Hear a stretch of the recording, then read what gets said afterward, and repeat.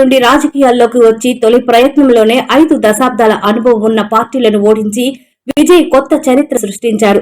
ఎన్నికల్లో ఎవరితోనూ పొత్తు లేకుండా తమిళగ వెట్రి కళిగం ఒంటరిగా పోటీ చేసి 108 స్థానాలను కైవసం చేసుకుంది.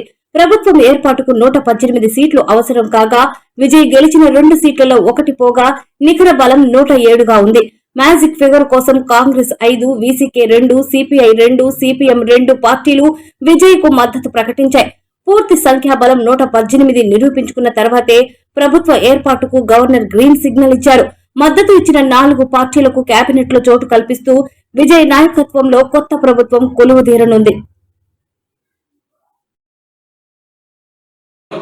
బళ్ళు ఓడలవుతాయనే సామెతకు ఖచ్చితంగా తమిళనాడు ఎన్నికల ఫలితాలు స్పష్టీకరిస్తున్నాయని చెప్పడం కూడా ఇక్కడ అతిశయోక్తి కాదు. 2 సంవత్సరాల క్రితం స్థాపించిన ఒక రాజకీయ పార్టీ ఏకంగా 4 ప్రధానమైన దిగ్గజ పార్టీలను మట్టి కప్పించి అధికారంలోకి రావడం అనేది కూడా ఒక చరిత్రనే చెప్పవచ్చు. 5 దశాబ్దాల తర్వాత రాష్ట్రంలో తిరుగులేని పార్టీలుగా ఎదిగిన అన్నా డిఎంకే కావచ్చు, డిఎంకే కావచ్చు, జాతీయ పార్టీలైనా భారతీయ జనతా పార్టీ కావచ్చు, కాంగ్రెస్లను కూడా చిత్తుగా ఓడించి అధికారంలో వచ్చిన ముఖ్యంగా టీవీకే పార్టీ అధినేత విజయ్ దళపతికి సంబంధించి ఉన్న నెగిటివిటీ అనేది ఎన్నికలతో పటాపంచలైందని కూడా చెప్పవచ్చు. ముఖ్యంగా ముఖానికి రంగులేసుకునేవాడని, స్త్రీ లోలుడని, అదేవిధంగా నయవంచకుడని అనేక విధాలుగా ఎన్నికల్లో ప్రధాన పార్టీలు ముఖ్యంగా ప్రతిపక్ష పార్టీలు విజయ్ దళపతిని విమర్శనాస్త్రాలు ఎక్కుపెట్టి నెగిటివ్ ప్రచారాన్ని పెద్ద ఎత్తున చేయడం కూడా జరిగింది. అదేవిధంగా ఎన్నికలకు సంబంధించి ఒక తొక్కిసలాట్లో 40 మంది చనిపోవడం కూడా విజయ్ దళపతికి కూడా పెద్ద ఎత్తున నిరాశను కలిగించిన సందర్భాలు ఉన్నాయి. అదేవిధంగా విజయ్ దళపతి రాజకీయ పార్టీని స్థాపించిన క్రమంలోనే అటువైపు జాతీయ పార్టీలు కావచ్చు, మరోవైపు తమిళనాడులో అధికారంలో ఉన్న డిఎంకే పార్టీ కావచ్చు, ప్రతిపక్ష పార్టీ ఏడీఎంకే కూడా అనేక విధాలుగా విమర్శనాస్త్రాలు సంధిస్తూ విజయ్ దళపతి ఆత్మస్థైర్యాన్ని దెబ్బతీసేందుకు శతవిధాల ప్రయత్నం జరిగింది.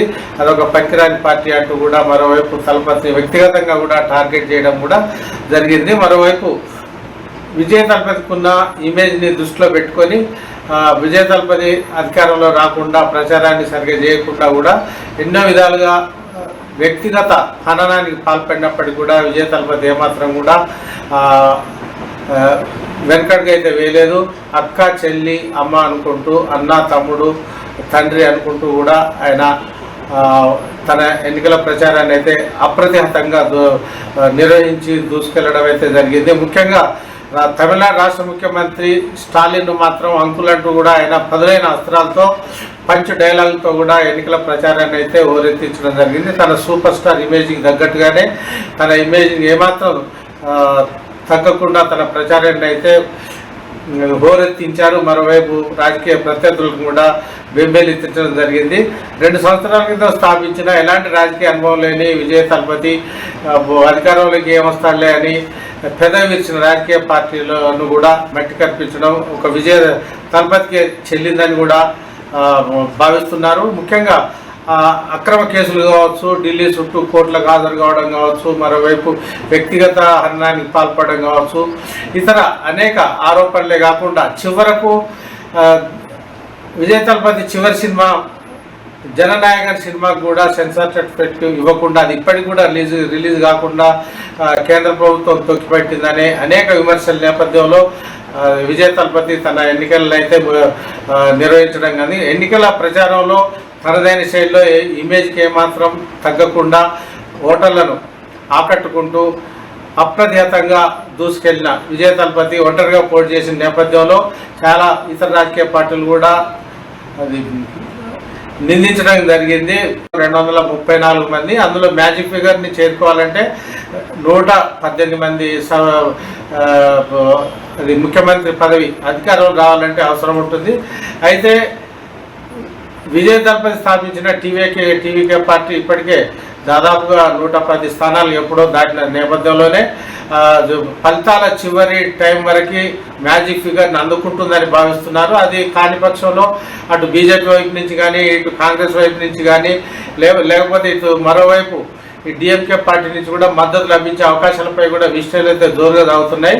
ఇప్పటికే విజయ దళపతి చెన్నైలోని విజయ దళపతి నివాసం వద్ద ముఖ్యమంత్రి స్థాయికి ఉండాల్సిన పూర్తి పోలీస్ బందోబస్తును భద్రతా ఏర్పాట్లు రాష్ట్ర పోలీస్ యంత్రాంగం కల్పించడం జరిగింది. కాబోయే ముఖ్యమంత్రి అనే విషయంలో 100% కూడా సంకేతాలు అందిన నేపథ్యంలోనే ఇప్పుడు తమిళనాడు అంతటా సంబరాలు జరుగుతున్న క్రమంలోనే తండ్రి చంద్రశేఖరన్ ఎమోషనల్ గురయ్యారు. ప్రత్యేకించి ఈ విషయంలో మనం చెప్పుకోవాల్సిన అవసరం ఏంటంటే గతంలో ఎంజీఆర్ తర్వాత ఎంజీఆర్ కూడా ఒక 50 ఏళ్ల క్రితం రాజకీయ అరంగేట్రం కూడా ఒక సెన్సేషనల్గా జరిగింది.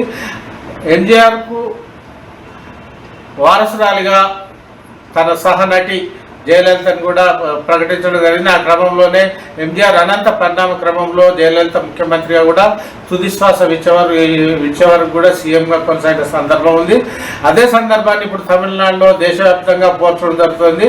ముఖ్యంగా విజయ దళపతి విజయ వెనుక త్రిష సినీ నటి ఉందని కూడా భావిస్తున్నారు. గెలిచిన అనంతరం ఈరోజు ఫలితాలు వెళ్ళటి రోజే త్రిష జన్మదినోత్సవం కూడా కావడంతో ఆమె తిరుమల వెళ్ళి నేరుగా విజయ దళపతి ఇంటికి వెళ్ళి అది విజయ సాధించిన విజయ దళపతిని ప్రత్యేకంగా అభినందించడం ఇప్పుడు హాట్ టాపిక్గా మారింది.